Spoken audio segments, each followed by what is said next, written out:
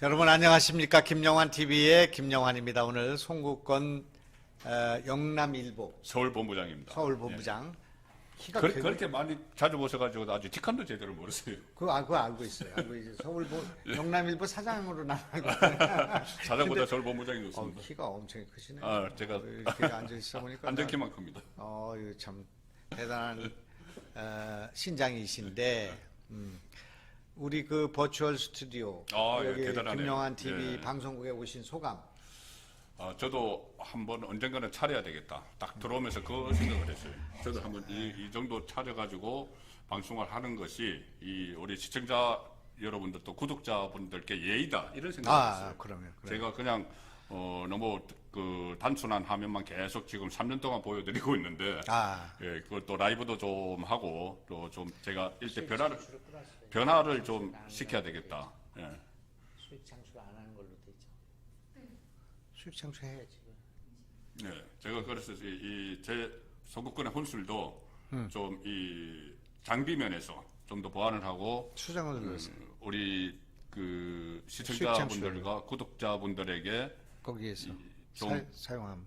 아주 좋은 화면도 완료. 보여드리고 저장 됐어요. 뭐 콘텐츠도 중요하지만은 그 콘텐츠를 확실히 좀 느껴질 수 있도록 저도 이 장비를 좀 갖춰야 되겠다 그런 생각을 하게 됐어요. 우리가 이거 대리점 하기 때문에 원가로. 네. 원가로. 영남일보에다가 예. 원가로 조금만 붙여서 지금 다 약속하신 겁니다. 예, 그렇게 하겠습니다. 우선 오늘 윤석열 네. 후보가 중앙일보하고 인터뷰를 했는데 네. 거기서 재미있는 말씀을 하셨어요. 뭐 여러 가지 뭐 네. 요 문제 뭐 여러 가지 했습니다만은 우선은 신적폐 청산할 거냐 네. 집권하면 네. 그러니까 한다. 당연히 해야 된다. 네, 뭐 당연히. 이렇게 얘기를 했어요. 네. 그래서 무슨 정치보복한다는 얘기가 있는데 무슨 신적폐 청산하냐 그러니까 해야죠. 합시다. 네. 해야 됩니다. 네. 그렇게 얘기를 하면서 이제 자연스럽게 한동훈 검사장 그분 네 번 자천당한. 예. 이게 지금 만약에 정권 교체하고 나면은 한동훈을 검찰총장 시키는 거 아니냐 그런 소리 있는 거 아닙니까 지금? 서울중앙지검장. 그런데 오늘 다른 인터뷰에서는 검찰총장은 윤석열 나 같은 사람을 시켜야 된다고 이렇게 이야기했어요. 그래 그게 무슨 얘기? 그러니까 본인처럼 이렇게 뭐 권력에도 본인이 윤석열이 대통령이 되더라도 이 대통령이 잘못한 것에 뭐 수사를 할 수 있는 그런 사람을 검찰총장을 시켜야 된다. 그러네. 그 한동훈을 시키면 자기 사람 시킨 거가 돼서 그렇게 안 되죠. 그러니까 자기 편은 이제 봐주고 네. 저쪽만 공격하는 거 아니냐 이렇게 네, 되니까 그렇게 되니까. 한동훈은 그러면 이게 서울중앙지검장 이야기를 했어요. 검찰총장에서 그냥 서울지검장으로 좌천이 돼버렸네. 그러니까 이게 처음에 질문이 중앙일보 인터뷰인데 질문이 왜 나왔냐면은 김건희 씨가 나중에 우리가 잡으면은 막 비판하는 언론들 그냥 안 두겠다 이런 이야기를 한 데 대해서 질문이 나왔어요. 거기에 그래서 연결을 시켜가지고 그러니 당연히 수사해야 될 거는 해야 되는 거고 그리고 한동훈 같은 사람은 어떻게 보면은 독립운동을 한 거다. 문재인 정권에서 독립운동을 한 이런 인물들을 가령 예를 들어서 왜 서울중앙지검장에 임명을 못하느냐 그렇게 이야기를 한 거죠.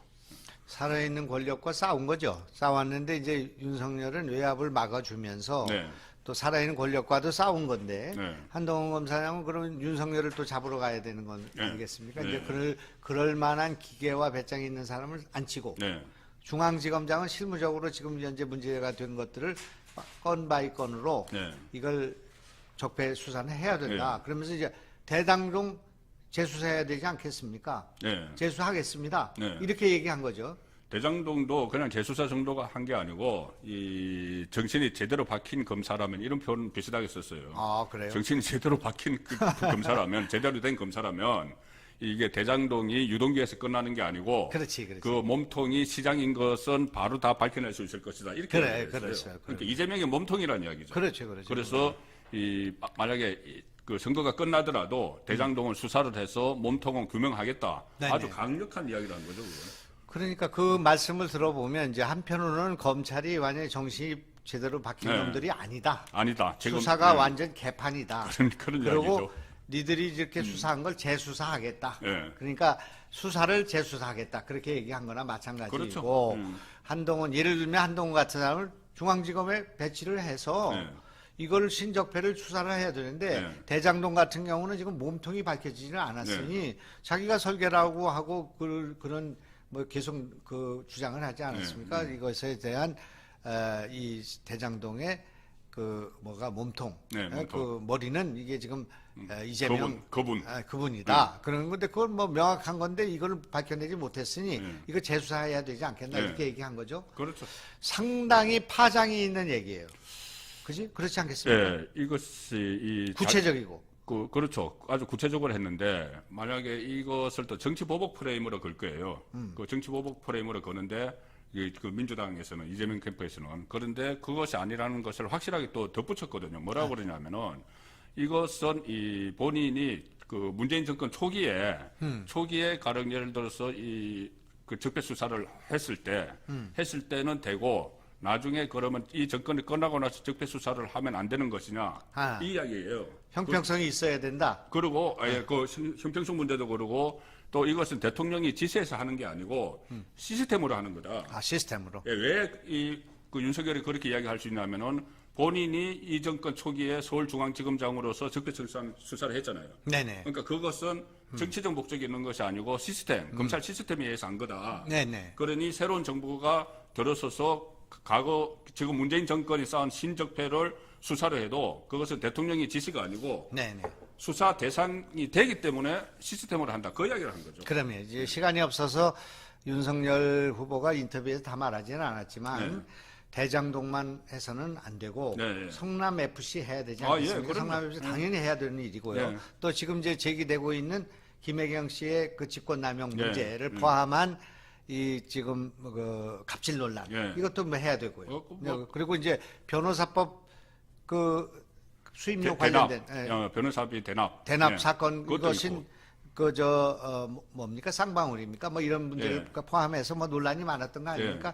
그러나 그것보다 더 중요한 것은 제가 생각할 때 더 중요한 것은 어떻게 경찰이 뭉갰느냐 이거예요. 그렇죠. 그러니까 이 조사를 수사들을 그리고 뭉갰고 대장동에서 뭉갰고 FC에서 뭉갰고 또 그 검찰 변호사비 대납 문제를 뭉갰는가? 그다음에 검찰은 왜 이것을 기소하지 않았는가? 왜 검찰 성남지청장은 왜 이런 문제를 가지고 시간을 끌고 수사를 방해했는가? 그리고 검찰총장은 왜 FIU 이런 것에 대한 것이 나왔음에도 불구하고 이것을 뭉갰는가? 이 등등과 관련된 검찰 수사 또 공수처의 그 엉터리 수사 이런 것과 관련해서도 다 문제가 되게 될 거라는 것을 우리가 예견하는. 그렇죠. 그러나 이제 말은 이제 중앙지검을 시켜서 대장동 이거 수사해야 되지 않냐 이렇게 얘기했지만 신적폐 수사가 한 무더기로 진행될 것 같은 생각이 들었죠. 그래서 오늘 그 얘기는 집권하고 나면 벌어질 일들에 대한 하나의 그 뭐라고 할까. 비정상에 정상화죠. 정상화. 이것이 이제 된 정상화를 건데 어떨까요? 지금 그 국민들 지금 아직 이제 그 선거가 끝난 것이 아니니까 윤석열의 여러 발언에 대해서 정말 그렇게 해야 된다 이렇게 생각하는 사람이 있는가 하면 이거 사시나무 떨듯이 좀 불안한 사람이 있지 않을까요? 불안한 사람들은 많겠죠. 많죠. 그리고 그것을 누가 제일 불안할까요? 이재명 후보가 제일 불안하겠죠. 그건 이제 불안감을 지난번에 얘기했잖아요. 나 이번에 대통령 선거 끝나면 깜빵 간다. 당선돼서 청와대 가든지 감방 가든지 그 이야기를 했는데. 그런데 뭐 자기 일은 아니고 다른 사람 얘기다 이렇게 또 말을 바꾸려 했는데 불안감의 표현인데 오늘 딱 보면 목전에 지금 이것이 와 있구나 하는 생각을 했을 것 같습니다. 오늘 그 이제 윤석열 후보 그 인터뷰 내용을 보면은 그런데 저는 이것이 적폐라고 표현을 한 것이 대장동도 있고 성남 FC도 있고 뭐 변호사비 대납도 있고 이재명과 관련된 것도 있지만 지금 이 윤석열 후보가 결국은 검찰총장으로 끝까지 있지 못하고 나왔던 이유가 무슨 뭐 울산시장 부정선거 개입이나 또 월성 원전 그 경제성 조작 의혹 뭐 이런 것들이 있거든요. 이런 것들이 문재인 정부에 들어서서 새로 쌓은 적폐들이죠. 그러니까 그것도 다 포함을 해서 적폐 청산을 이야기를 한 것 같아요. 그래서 이제 그런 것들을 해가면서 전국이 이제 풀려나갈 것 같은 생각이 들죠. 이제 그런 지금 상황인데 이 얘기가 이렇게 시의적절하게 나온 것은 그동안에 문제가 됐던 그 성남지청이 소위 성남 FC에 관한 수사 이거에 대해서 그 대검이 이걸 재수사하라고 성남지청에 내려보냈다. 예. 그러니까 대검이 그 내려갔으면 해야 되는데 박은정 이 사람은 이걸 또 경찰에 내려보냈어요. 그 경찰은 그 동안에 무혐의로 부송치를 결정한 데인데 거기다 갖다 넣었으니까 이건 수사를 안 하겠다는 것과 마찬가지의 일을 벌린 거단 그렇죠. 말이에요. 그런데 이런 상황에 대한 분노라고 할까? 이게 뭔가 이건 이렇게 해서는 안 된다는 생각을 표출한 것 같습니다. 뭐 부분적으로 이해했지만 앞으로 이런 문제는 절대로 그냥 덮고 갈 수가 없는 문제다.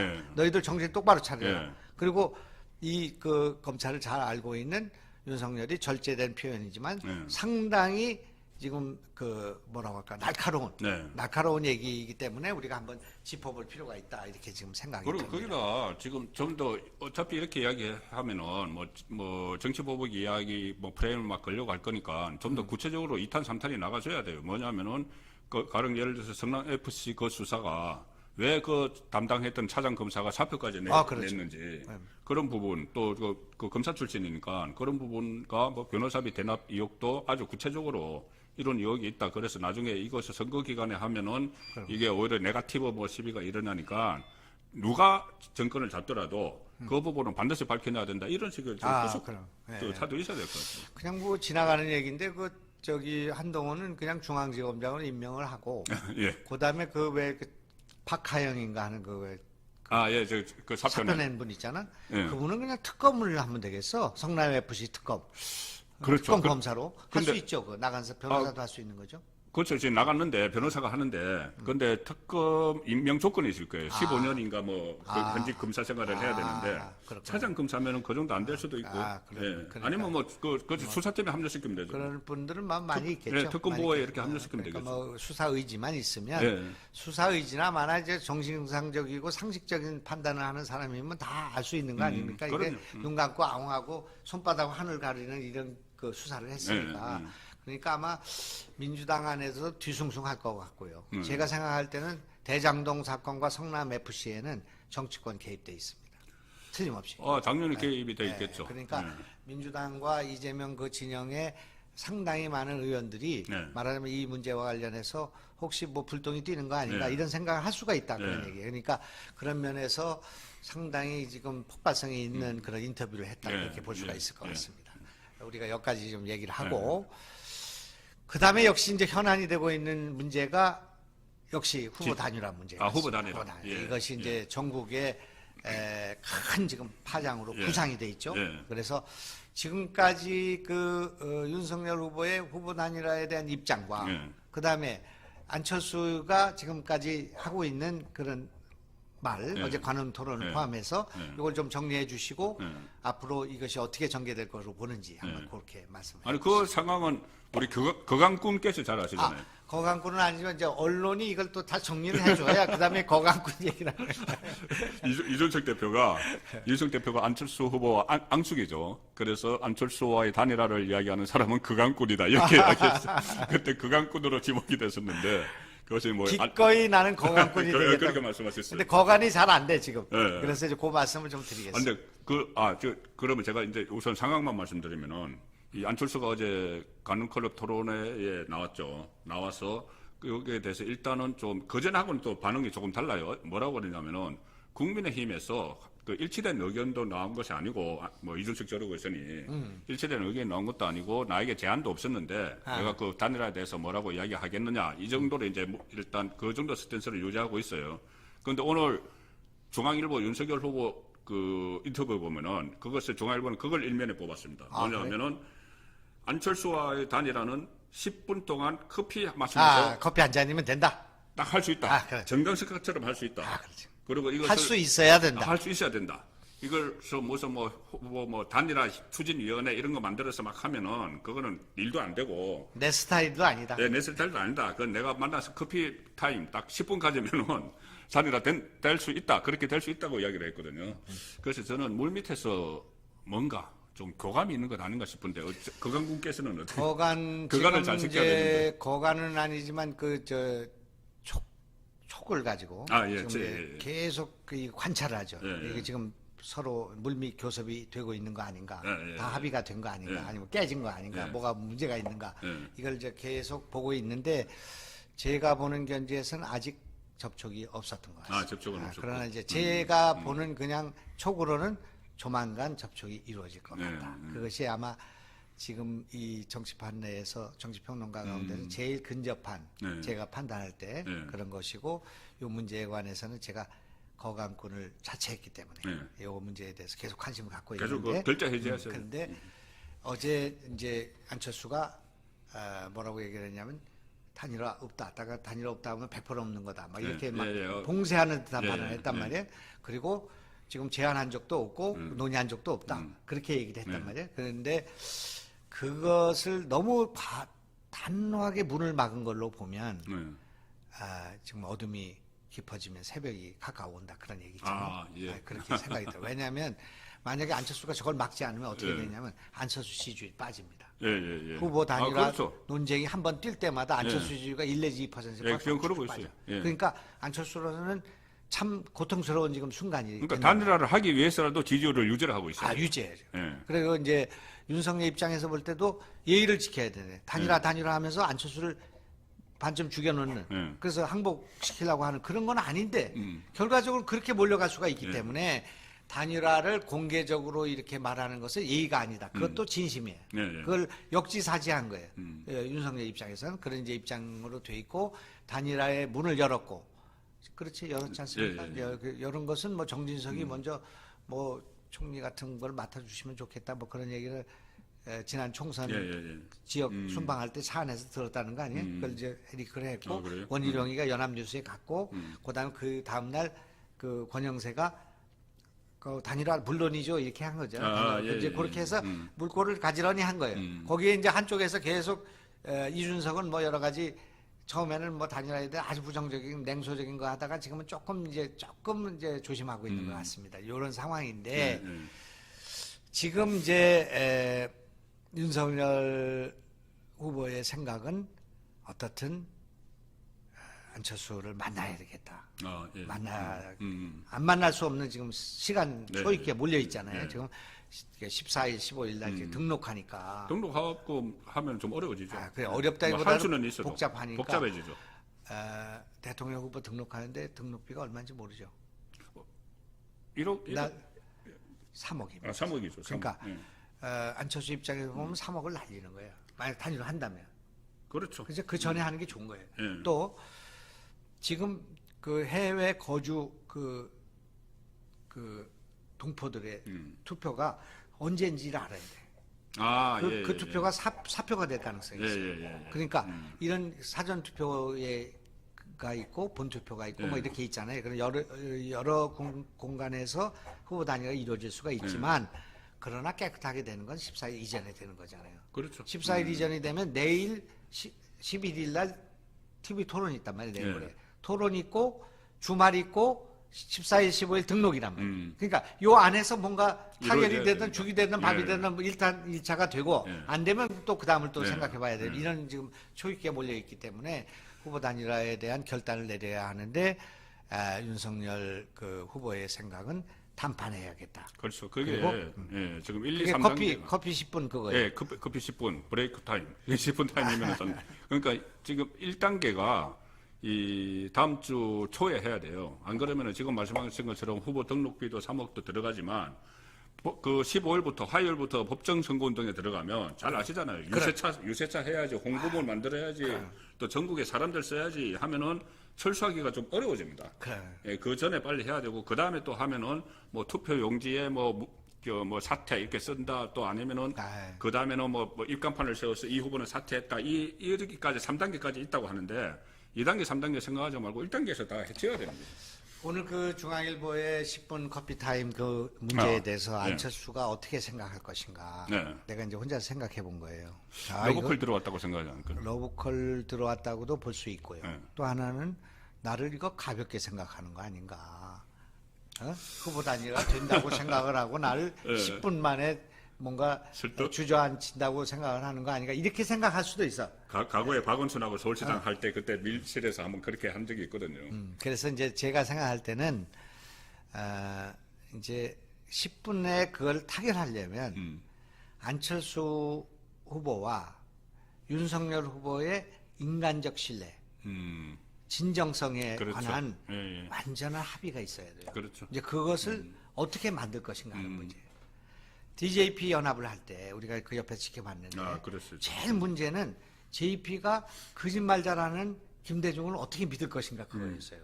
실제 그런 말이 그런 거예요. 서로 잘 아니까 맞아요. 그리고 DJ는 거짓말 잘하는 걸로 돼 있었거든. 예, 예. 또 실제 거짓말을 많이 했고. 뭐 왜냐면 생존이었죠. 정계 개편 정치 은퇴하고 나서 정계 예, 복귀한 때거든 그때가. 예, 그리고 예. 총선을 해가지고 뭐 자기는 안 한다고 해놓고 다 지금 복귀해가지고 대선 4번째인가 예, 나온 예, 상황 아닙니까? JP가 볼 땐 저 사람은 많이 거짓말. 국민회의 만들 때 그때. 예. 정말만 빼면 다 거짓말인 사람이니까 그런 거니까. 그런데 내각제 개헌 약속과 지분 약속을 어떻게 믿냐 이거예요. 그렇겠네요. 그래서 목동에 있는 그 저기가 동성과 처제 그 아파트가 있어요. 예. 김대중 대통령의 예, 예. 그 집에 한강옥하고 김용환이하고인가 뭐 두 분이 만난 거예요. 예. 계속 만나가지고 계속 조정을 김용환 재무부 장관 했던. 그래서 전부 그 일일이 다 체크 맡아서 쓰고 언론 다 떨어뜨리고 이렇게 해가지고 몇 달 동안을 해서 합의해가지고 발표한 거잖아요. 예, 예. 발표하러 가는 것은 JP가 청구동에 있는 그 JP 집으로 찾아갔단 말이에요. 예, 예. 상고 초래하는 식으로. 예, 예. 사실 둘이 다 합의된 다- 거죠. 다- 다 그래가지고 해가지고 DJP 카메라용으로. 그렇게 해서 이제 그날도 언론 2개만 리크를 했어요. 그래서 특종을 해주고 그 이튿날 아침에 이제 그걸 다 발표한 거예요. 그런 과정을 제가 지켜봤는데 그랬었네. 그 거짓말할 것 같은 DJ가 JP를 설득하기 위해서 제가 만들어드린 방안은 이렇게 했어요. 차 안에서 이렇게 갖다 놓고 한쪽에는 대통령 후보가 있고 네. 한쪽에는 총리 후보가 있고 대통령 후보가 먼저 되는 사람은 여기에 강요 추천권 40%, 국회의원 공천권 40% 이렇게 지분을 나눴다. 요번에 총리 되는 사람은 60% 갖는 거예요. 그래서 갔다가 6대 4였나요? 아니에요. 그렇게 이제 제가 얘기 제안이. 제안을. 제 말대로 안 하잖아. 그 사람들. 지금 초선 의원 지금 겨우 돼가지고 온 사람은 얘기를 듣겠어요? DJ가. 근데 이제 이걸 갖다 주면서 먼저 뽑으시오. 대통령 하든지. 이렇게 얘기하십시오. 그랬어요. 내가. 그렇게 하면 JP가 속으로는 내가 대통령 할게요. 하고 싶지만 그렇게 얘기하는 순간에 깨지죠. 깨지지는 않죠. 그렇게 할 리가 없습니다. 제가. 그렇죠. 이제 깨는 거 안 깨는 건 그 다음 얘기고. 이렇게 하면은 JP가 틀림없이 자기가 총리가 된다고 생각할 거예요. 왜냐면 지지율이 너무 차이가 있고 나이도 많고 또 민주화 운동에 고생도 했고 명분이 지금 DJ한테 있으니까 자기가 이거 총리할게요. 그렇게 할 것입니다. 그러나 이렇게 제기를 해야 JP가 DJ에 대한 그 거짓말쟁이 그거를 불식할 수 있는 겁니다. 이렇게 얘기를 했어. 그러니까 지금 그 얘기를 그대로 하면 요번에 그 저기를 만났을 때 당신 총리하시오 이렇게 하면 안 돼요. 안철수 만났을 때 참 여러 가지 고생하신 거로 보나 여러 가지 볼로 볼 때 정말 그냥 10년 동안 고생하시지 않았습니까? 사실 우리 안철수 대표가 지금 먼저 하셔야 되는데 예? 지금 제가 이렇게 경험도 없는 사람이 이렇게 와가지고 지금 이 제1야당의 그 후보가 됐으니 정말 죄송합니다. 그런데 좀 도와주십시오. 그리고 같이 하십시다. 두 가지예요. 도와주십시오. 도와주십시오를 아주 도와주십시오. 진정하게 진심으로 깊이 있게 하면 다 문제가 풀려요. 도와주십시오 할 거야 아니라 지금 어떻게 뭐 나쁘게 할 사람 없는 거 아니에요. 지금 지지율이 이렇게 되는 거 아니에요. 이렇게 하면 안 되고 그런 거는 그냥 그렇죠. 안 해도 서로 선수들끼리 다 하는 거예요. 그러니까 도와주십시오. 제가 잘 해보겠습니다. 제 이거 정권 잡고 나서도 너무 어려울 것 같습니다. 제가 뭐 능력이 부족하지 않습니다. 알다시피 그러니까 후보님이 좀 도와주십시오. 그리고 우리 둘이 같이 힘을 합쳐서 해봅시다. 내가 모르는 게 너무 많지 않습니까? 그리고 그동안 많은 경험 쌓지 않았습니까? 이렇게 얘기하면은 거기서 진정성이 생기는 거예요. 그렇죠. 10분 만에 할 수 있다는 게 그런 진정성을 보여줄 자신이 그런 있다는 생각이 있어야 10분 만에 커피 먹고 끝나지. 아니면 싸워야 돼. 그렇죠. 거기서 밀고 땡기고 여론조사 합시다. 이런 피곤한 거예요. 그러니까 나는 내가 이제 그 윤석열을 보면은 진심으로 도와주십시오. 그리고 같이 합시다. 지금 정권 교체를 해야 되지 않겠습니까? 그렇게 하면 40대 12대에 있는 지금 여론조사 지형에서 후보 나한테 양보하시오 이렇게 할 수가 없어요. 그렇죠. 그래서 이것이 이제 네 번에 우리가 후보 단일화 경험이 있는데 하나는 DJP가 있고 두 번째가 노정 단일화, 노무현 정몽, 세 번째가 그 2012년 12년에 문재인과 안철수가 있고 요번에 네 번째.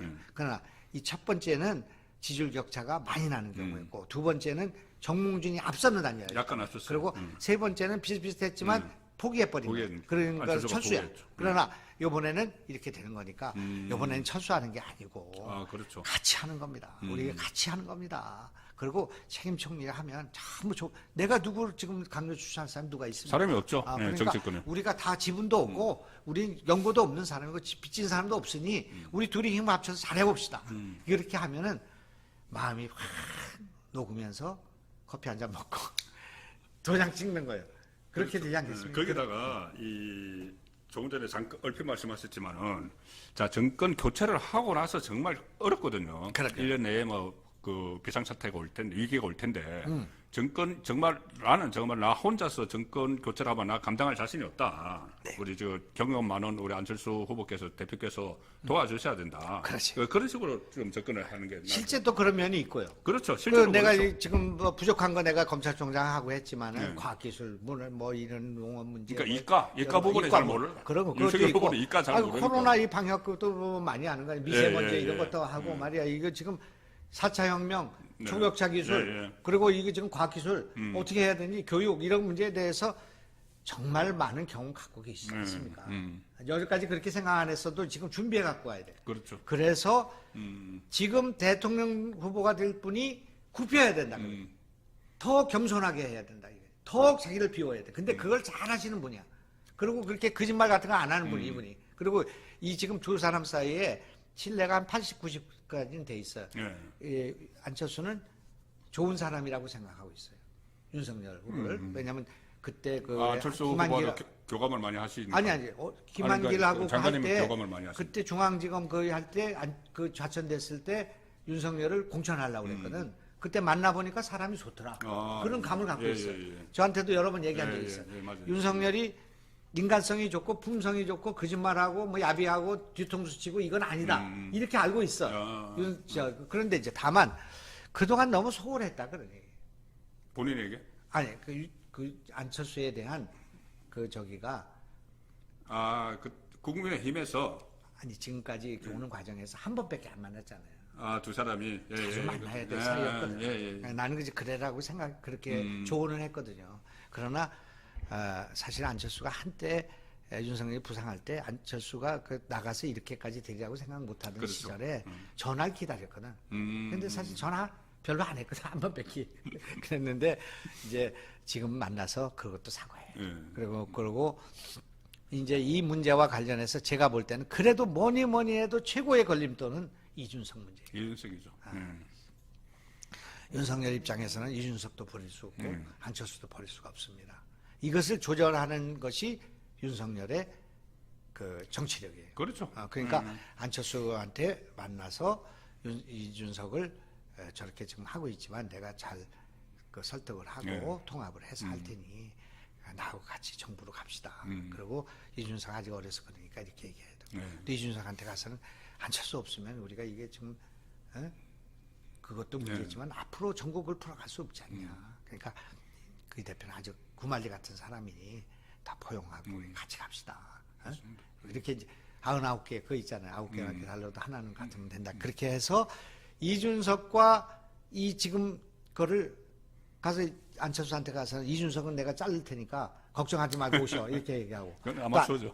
그래서 이준석한테 가갖고 안철수 우선 도리해서 먹어야 되지 않냐 이렇게 얘기를 하면은 그거 다 드러납니다. 그럼요. 그러니까 다 터놓고 지금 우리가 절박한 이 상황에서는 지금 뭐 정권 교체라는 큰 파도가 밀려오는데 이걸 어떻게 막고 봐야 되는 거 아니냐. 우리가 다 소화를 버리자. 나서부터 버릴 테니까 권력 이런 게 무슨 의미가 있냐. 지금 우리가 정권 못 잡으면 다 끝이다. 이렇게 대한민국 살리기 위해서 다 백의종군하자. 그런 자세로 설득을 하고 다 자기 것을 내려놓고 그렇게 하면은 나는 후보 단일화가 잘 될 것이고 그러면 뭐 시너지가 생겨서 정확하게는 후보 단일화하면 5% 올라갑니다. 지지율이 5% 올라가지만 시너지가 생겨서 나는 6%, 7%, 10% 될 수 있다고 생각하고 그렇게도 올라갈 수 있어요. 그렇게 되면 이제 선거가 돼요. 그래서 이 이준석 문제를 잘 풀어야 된다. 그거를 이제 안철수 입장에서 이준석이 저렇게 날 욕하는데 윤석열이 이준석을 버리고 나하고 이렇게 그 손을 잡을 수 있겠냐 이렇게 생각하는 거예요. 그렇지 않겠습니까? 네, 그렇게 생각할 그러니까 수도 있죠. 그때 이준석을 버릴 테니까 나하고 같이 합시다 이렇게 하면 그때 그 자리에서는 신뢰가 생길지 몰라도 안철수가 그건 불안하게 생각해요. 네, 오히려 불안하죠. 이제 그건 진심으로 해야 된다. 그리고 그런 면에서 진실하고 또 그런 품성을 갖고 있고 좀 약간 여성운동가들한테 욕을 먹을 얘기지만 좀 남자답고 우리 저 윤석열 선생이 그러니까 그런 면에서는 정직하고 그러니까 나는 둘이 만나시면 될 거다 그런 생각이에요. 근데 사실은 좀 이런 얘기하면 좀 안 되지만 우리가 만나면 그럴 때 예민할 때는 그냥 소주 한 잔 먹으면서 하는 건데 이게 그 안철수는 그 소주를 잘 못하신단 말이야. 그 다음에 포도주 한 잔 하실 수 있어. 그런데 윤석열은 이게 소주가 땡기는데 소주는 못 먹게 하거든요. 그래서 그럴 때는 역시 한 잔 먹는 게 이게 좋은 건데 이제 그런 상황이라서 잘 될 거라고 봅니다. 근데 여기서 하나 지적할 것은 선거 끝나고 나면 지방자치 선거예요. 바로 있죠. 6월 1일입니다. 그러면 이제 당선자는 선거 막 돌아다녀도 되지만 그게 무슨 선거 현장에 돌아다닐 겨를이 없어요. 네, 그럼요. 인수위 짜고 뭐 코로나 짜야 하고 되고 뭐 그때부터 예, 정치 시작되는 거예요. 네. 그런데 그럼 선거 누가 치르냐 이거예요. 윤석열도 없고 아무도 없어요. 그래서 안철수가 있어야 되는 거예요. 그때. 네. 국무총리 되기 전이야. 그거는. 그렇죠. 인준 되기 전이야. 그러니까 안철수, 이준석이 손잡고 다니면 선거운동 해야 돼요. 그런 누군가가 또 있어야 돼. 뭐 원희룡도 있고 다른 사람이 있지만 홍준표도 있지만 안철수가 있어야 돼요. 그거 굉장히 중요한 거예요. 그래서 이런 모든 걸 생각해 보면 안철수 그렇게 해야 된다 그런 얘기고 이제 마지막 하나 물어볼게요. 안철수가 이재명 손잡을 수 있을까? 저는 그거 흑색선전이라고 보는데 여의도 정가에 찌라시에 막 나돌아요. 나도는 게 심지어 처음에는 이재명과 안철수가 단일화를 해서 이재명이 후보가 되고 그 윤석열과 나오는 것처럼 뭐 국무총리를 안철수에게 준다 이런 시나리오가 나돌다가 최근에는 심지어 아예 후보도 안철수로 바꾼다 뭐 이런 뭐 개문수까지 놔두는데 그것은 저는 다 이관계라고 보죠. 이관계. 그리고 이 안철수는 그전에는 문재인 그 세력과도 같이 정치도 했지만 이미 작년 4월 7일 서울시장 보궐선거 때 국민의힘 오세훈과 단일화를 시도하는 그 순간부터 이거는 도저히 저쪽으로 진보 쪽으로 다시 넘어가기 어려운 그런 그 정치인이 됐기 때문에 만약에 그쪽으로 만약에 이재명과 단일화를 한다면 선거 진짜 쉬워지죠. 그런 일은 없다고. 그래, 그거는 안철수가 여기까지 10년 동안 살아온 것을 탈탈 털어서 다 희미하고 싶은 그런 일이기 그렇죠. 때문에 나는 그건 불가능하다. 불가능하죠. 하고 싶지 않아서 할 수 없어서 못하는 게 아니라 해서는 안 되는 일이고 그 정도는 안철수가 알고 있다고 저는 생각합니다. 그 정도 이상은 알고 있어요. 그래. 그런 일은 없다. 그런 말씀 드리고 싶고요. 이제 마지막으로 이게 후보 단일화가 되면 부정선거 막을 수 있어요. 이게 벌써 대세가 판이 되는데 거기서 무슨 컴퓨터 조작하고 그렇죠. 그럴 놈이 없어요. 나중에 어떻게 되려고. 그러니까 그거는 이게 대세가 결정되면서 부정선거 없이 마음 편하게 갈 수 있다. 그 이제 말씀드리고 싶고요. 이제 마지막으로 그 쇼트트랙이 갑자기 나타났단 말이야. 그 쇼트트랙에서 금메달 2개 지금 날아간 것 같아요. 2개 날아갔죠. 그래 날아갔는데 야 중국이 정말 저것밖에 안 되나 말이야. 저도 소탐 대실한 거 아닙니까? 금메달 2개 따가지고 가고 전 세계에 망신한 거 아니야? 이 시진핑 지도자를 위해서 그렇게 했다는 건데, 야, 저 지도자가 그 명예가 살았나? 나는 땅에 파묻혔다고 생각해요. 저는 중국 국격 자체가 저는 그렇게 됐다고 보는 게, 저는 이 개막식 할 때 시진핑이 계속 시진핑을 비추고, 시진핑이 마치 황제처럼 앉아 있었어요. 네네. 개막식 보셨습니까? 뭐 그 황제처럼 앉아 있는데, 특히 그 올림픽 조직위원장이 나와서 이제 연설을 하는데 말의 절반 정도가 시진핑 찬양이에요. 전 세계 사람들이 지켜보는 거죠. 그러면 그 황제처럼 그렇게 돼 있거든요. 자, 그런데 그런 상황에서 계속 이렇게 어쨌든 중국 선수보다 앞에 가면 실격이다 이런 말까지 나올 정도로 이렇게 돼버리니 온 세계 조롱거리가 지금 돼버리는 거예요. 조롱거리가 되고 특히 우리나라 대선에도 뭐 어느 정도 영향을 미친다 뭐 이런 이야기까지 나오는데 왜 그러냐면은 사드 문제하고 또 연결이 됩니다. 네. 사드 가지고 그래. 이 지금 윤석열 후보와 이재명 후보가 서로 입장이 다르죠. 이재명은 중국의 눈치를 보는 상황이고 눈치를 보는 상황에서 저기에 대해서 뭐 몇 마디 말은 하지만은 진정성이 못 느껴져요. 이제 중국의 저런 반칙 특권에 대해서. 그런데 윤석열 후보는 사드를 추가 배치해야 된다는 입장이고 이 문제에 대해서도 단호하게 중국을 비판을 하고 있기 때문에 이것도 윤석열 후보에게는 좀 플러스적인 요소가 되지 않을까 생각하죠. 플러스적인 요소가 아니라 이만저만한 이거 제일 큰 사건이에요. 이번 대선의 제일 큰 사건이야. 그러니까 김대중, 김영삼 김대중, 이해창 싸울 때 IMF 왔잖아요. 그거 같은 거예요. 지금 이게 아주 IMF보다 더 쉬운 거야. 그 IMF는 김영삼 때문에 왔다고 막 그렇게 할 수도 있는 상황인데 그것이 이해창까지 오는데 시간이 걸리는 일이에요. 근데 이 지금 쇼트트랙 문제는 엄청 열받는 일이거든. 그런데 이 열받는 일이라는 게 중국에 대한 반중 정서가 강화되는 상황이에요. 그렇죠. 그리고 이번 선거가 미국 바이든하고 시진핑하고 한국에서 붙고 있는 상황이에요. 미중 패권 와중에 한반도에 붙고 있는 거예요. 외교적으로 보면 그렇네요. 그렇죠. 그런데 지금 지난번에 왜 TV 토론에서 얘기했잖아요. 이번에 대통령 당선되고 나면 북핵 문제로 해서 누구를 하냐. 그러니까 0.5초 내에 윤석열은 미국 대통령 만나서 설득하겠다. 그리고 일본 만나고 그다음에 이게 순서였잖아. 근데 그때 이재명이 뭐라고 그랬냐면 눈치 봐야 된다는 식으로 눈치 봐야 아니라 상황을 봐서 눈치 봐야 한다는 이야기. 그 왜 이렇게 그건 이제 저 시험지 답안지 내면 빵점이야 그거는. 그런데 왜 그렇게 했냐?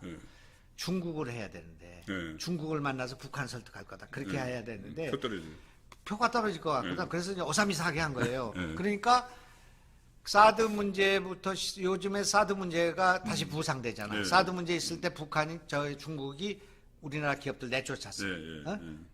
롯데부터 시작해서 내쫓았어. 그렇죠. 그다음에 그때 그 한류 드라마 다 차단했어요.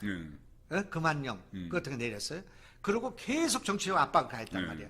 그런데 사드를 지금 서울에다 우리가 사서 배치한다는 사람이 나타났으니 지금 중국은 지금 한국에서 윤석열 떨어지기에 고사를 지내는 지금 상황이야. 그러니까 지금 중국은 우리가 걱정이 되는 게 뭐 조선족까지 걱정이 되는 거예요. 사실은. 그래서 뭐 부정선거 시비도 그런 게 나오는 거 아닙니까? 그런데 지금 우리 젊은 사람들한테 반공교육이 아니라 반중교육을 이번에 철저하게 시켜주는 쇼트트랙 사건이 벌어진 거예요. 그러니까 이거는 엄청나게 당황한 일이야. 저기 보이잖아요. 저렇게 손 잡고 막 저런 게 다 보이잖아요. 그런데 그러니까 진짜 장비 좋네요. 이재명이 뭐라고 그랬냐? 이재명 뭐라고 그랬냐? 중국을 막 강하게 비판하면서 중국의 동네 지금 스포츠를 하고 동네 무슨 체육대회 하고 있냐? 하고 있냐? 그러면서 그 다음 얘기가 무시무시한 얘기야. 중국 어선이 우리 경계선을 넘어오면 한포 사격해서 사살했네. 이거 외교적으로 굉장히 문제가 되는. 그렇죠. 그렇게까지 얘기를 했어.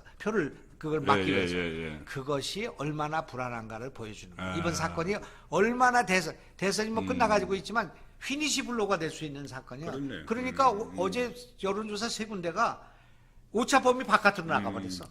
뭐 아시잖아요. 이제 그런 상황이 벌어졌는데 이 문제가 딱 거기서부터 중국이 하루 이틀의 문제가 아니라 이 정부가 민주당 정부가 친중, 친북 이것이 하루 이틀 된 일이 아니잖아. 지금 와가지고 바꾼다고 바꿀 수가 없는 거예요. 국민이 삼척동자가 다 알고 있어. 그래서 이것이 동북공정까지 가는 거고 역사회고 문화공정 요번에 그 말이 나온 것은 동북공정의 이거 아니에요. 고려사와 발해가 자기들이 역사라고 하니까 그렇게 한 게 동북공정이었죠. 김치도 자기들이 원조라고 하니까 이걸 우리가 그냥 당하고 있는 사이에 이번에 소수민족 취급당했잖아요. 한복. 그렇지. 이제 그건 난 좀 장가에 다르지만 그러나 한번 찾아보세요. 우리 문재인 대통령이 북경 방문해서 북경 대학에서 연설했어요. 그럴 때 우리나라는 소국이고 저기는 대국이에요. 역사적으로. 그게 사실이라고 하더라고요. 우리나라 대통령 가서 할 얘기. 이번에 이재명도 대국 이야기를 했죠. 대국이라고 했어요.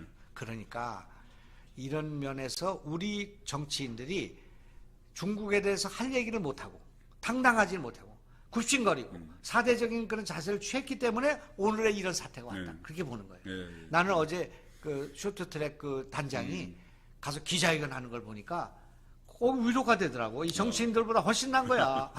그래서 하여튼 이제 그런 일이 있었는데. 낫죠. 예, 그래서 이 지금 쇼트트랙 이 문제가 전국에 영향을 줄 것이다. 네. 그리고 의외로 우리가 저 동계올림픽 하면은 거기 뭐 문재인이 가가지고 김정은을 만나고 뭐 이렇게 했는데 이것이 부메랑이 돼가지고 이렇게 돌아오고 있고 중국의 그런 우리 같으면 저 표 떨어지는 거 아니에요? 시진핑 표 떨어지는 거 아닙니까? 그렇게 아부 떨면.